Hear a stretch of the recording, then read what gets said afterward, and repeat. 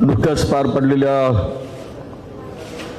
नगर परिषदेच्या नगरपंचायतच्या निवडणुकीमध्ये नवनियुक्त काँग्रेस पक्षाचे नगरसेवकांच्या सत्कार समारंभाला उपस्थित आपले प्रांताध्यक्ष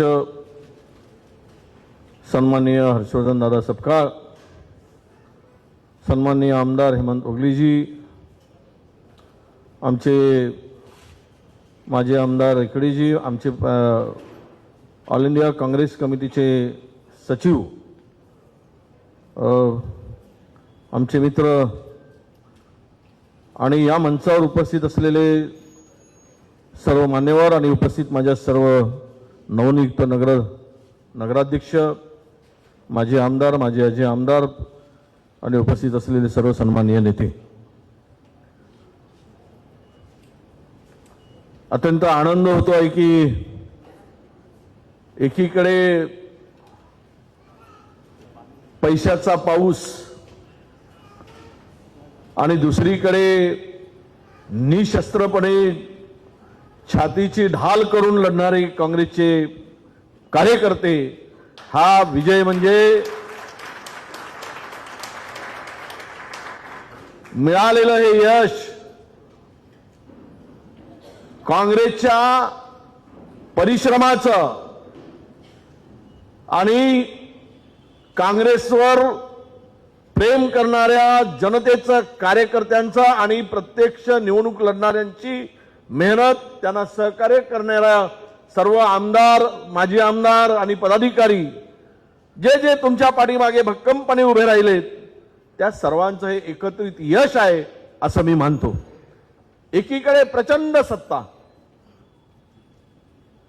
मला त्र्यंबकेश्वरवरून फोन आला होता सपकाळ साहेब, तिथे सांगितलं गेलं की 30,000 रुपये एका मताला दिले जात आहेत. 30,000 रुपये.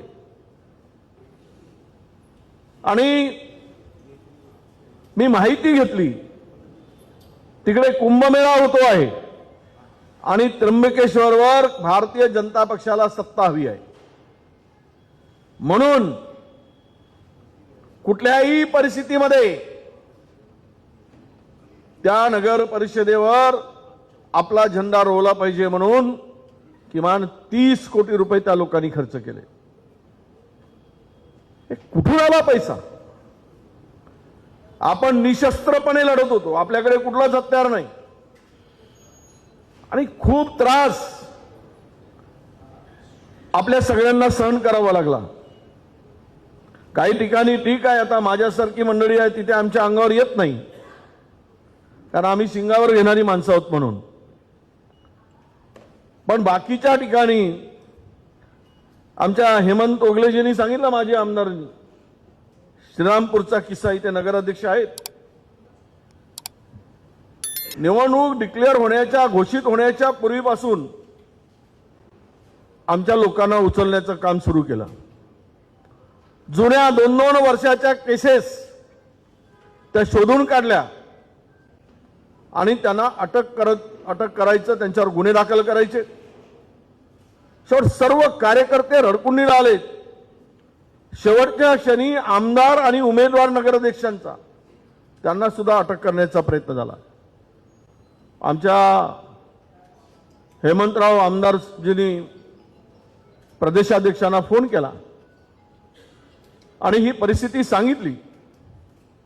3 तासाच्या आत सगळे आमचे प्रदेशाध्यक्ष तिकडे पोहोचले आणि त्या परिस्थितीमध्ये प्रदेशाध्यक्षांनी ज्या अन्यायाविरुद्ध उभे झाले आणि धमकावून सांगितलं की जर या पद्धतीनं काम होत असेल तर सहन करणार नाही.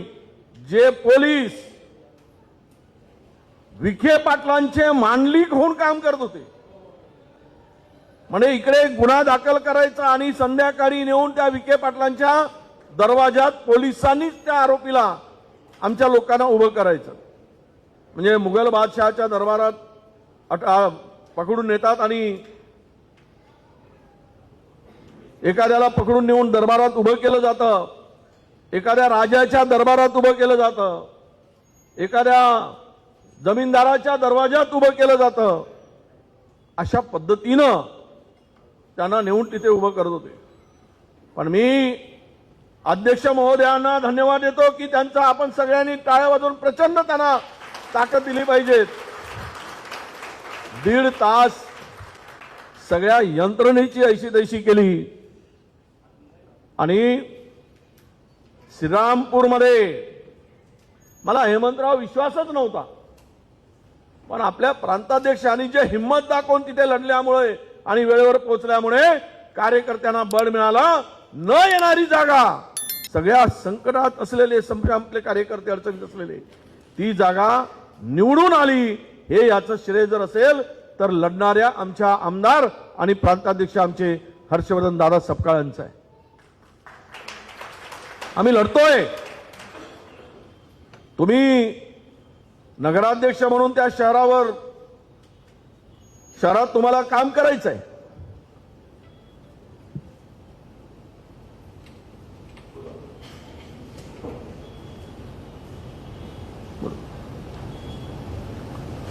तुम्हाला काम करायचं आहे. अडचणी खूप येणार आहेत,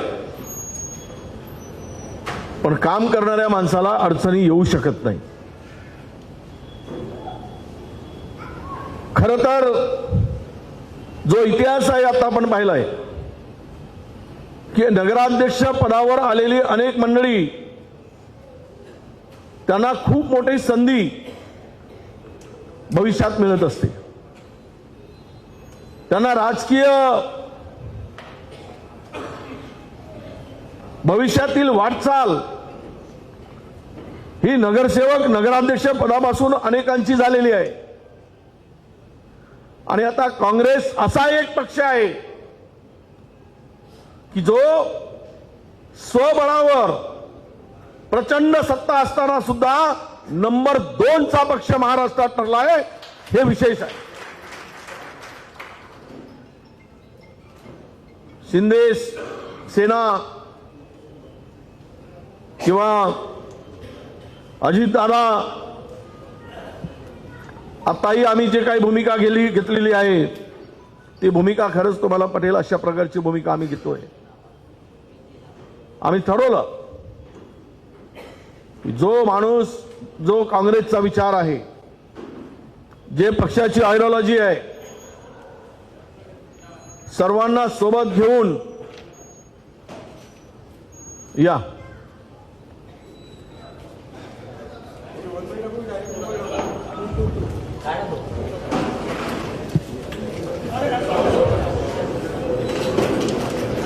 आपण प्रशांतजी जगताप या मंचावरच या, बाकी जागेच या.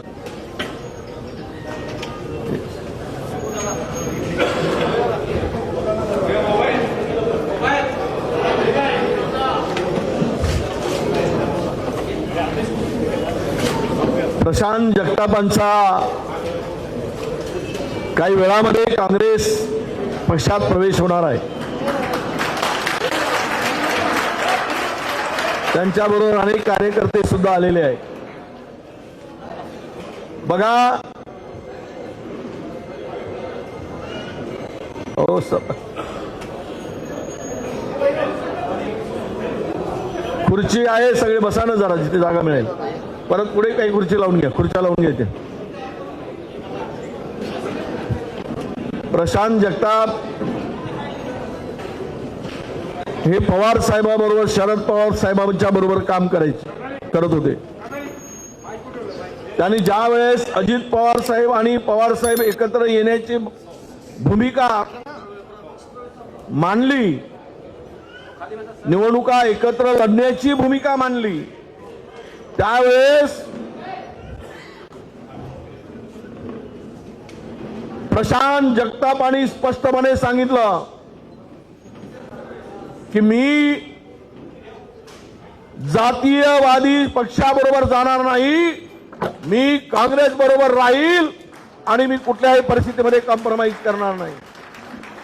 नेते विचाराचे अशा पद्धतीनं बांधिलकी असणारे नेते पाहिजे. जे विचार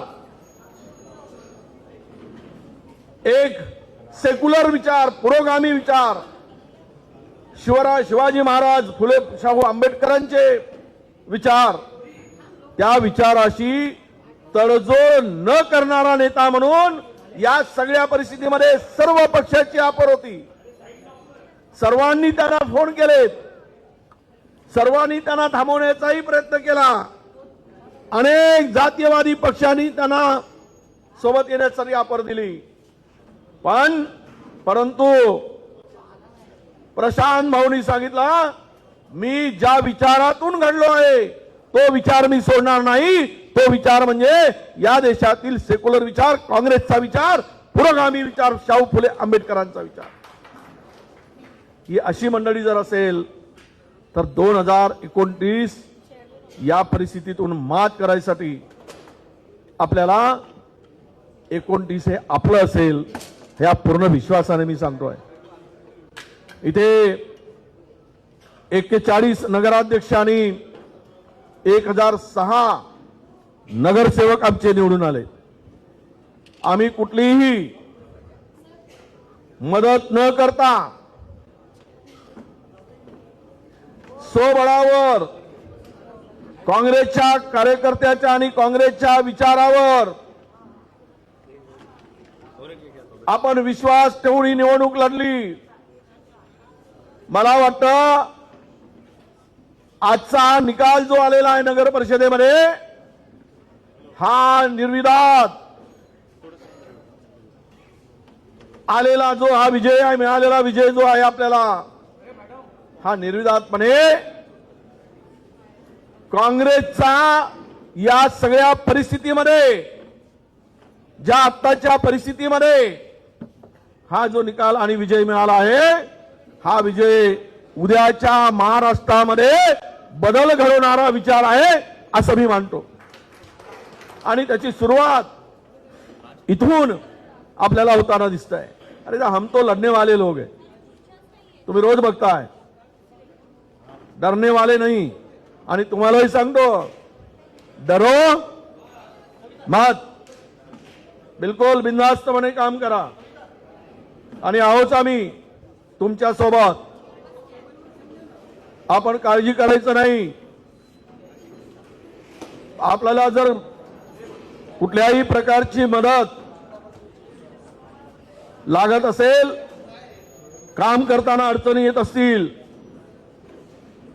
कारण तुम्ही जे ताकदवर होते तेच निवडून आलेत, त्यामुळं मला असं वाटतं की तुम्ही सगळे एक शक्तिमान आहात, पूर्ण ताकदवर आहात, म्हणून तुम्ही या परिस्थितीत निवडून आलात. त्यामुळे तुम्ही कोणाच्या बापाला काही घाबरणारे नाही, हा विश्वास आम्हाला आहे. आणि आज प्रचंड सत्तेच्या विरुद्ध आपण लढत इथपर्यंत आलो, उद्याही लढायचं आहे. आणि विकासाच्या दृष्टीनं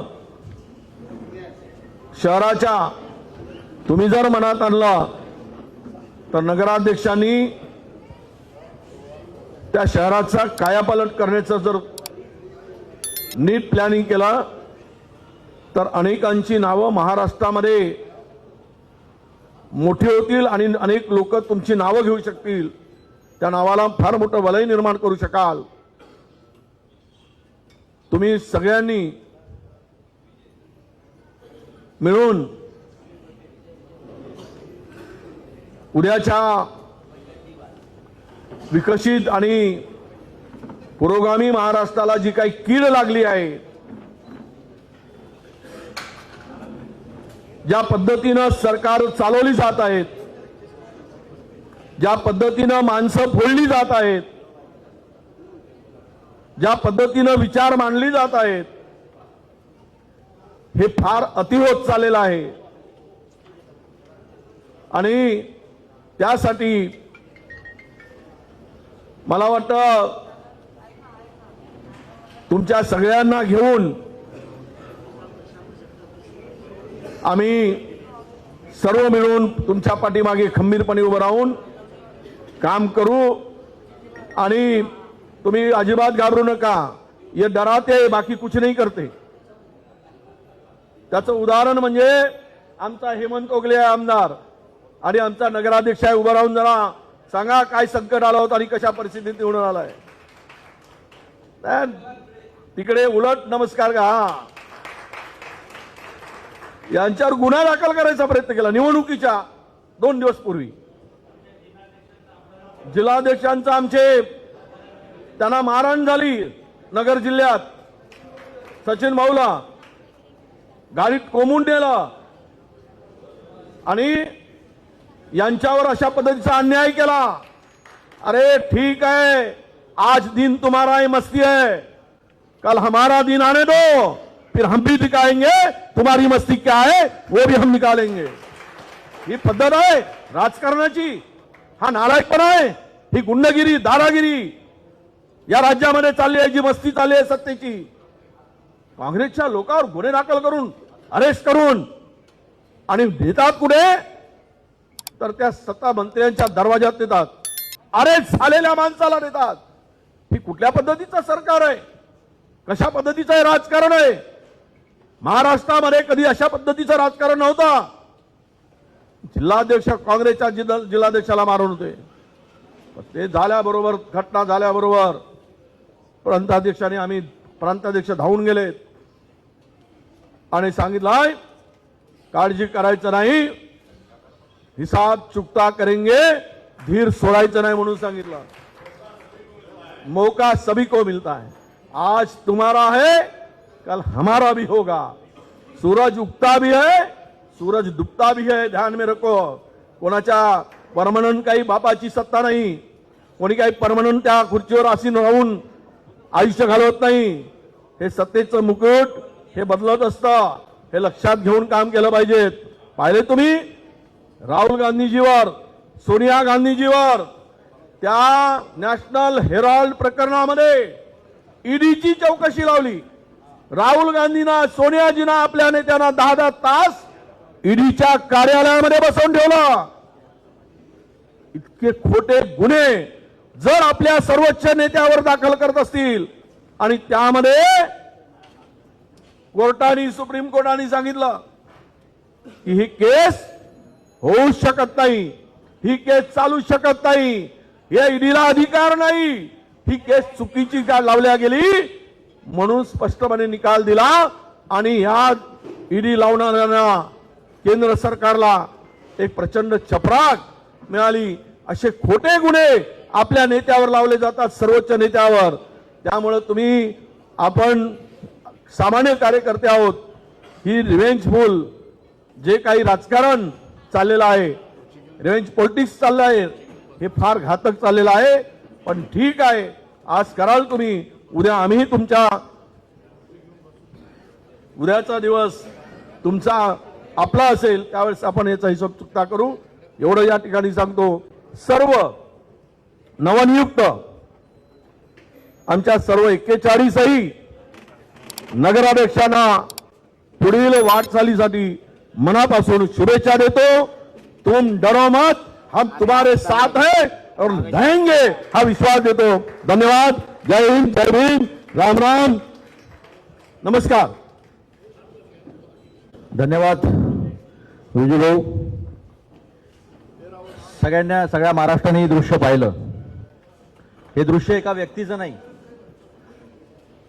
हे दृश्य त्या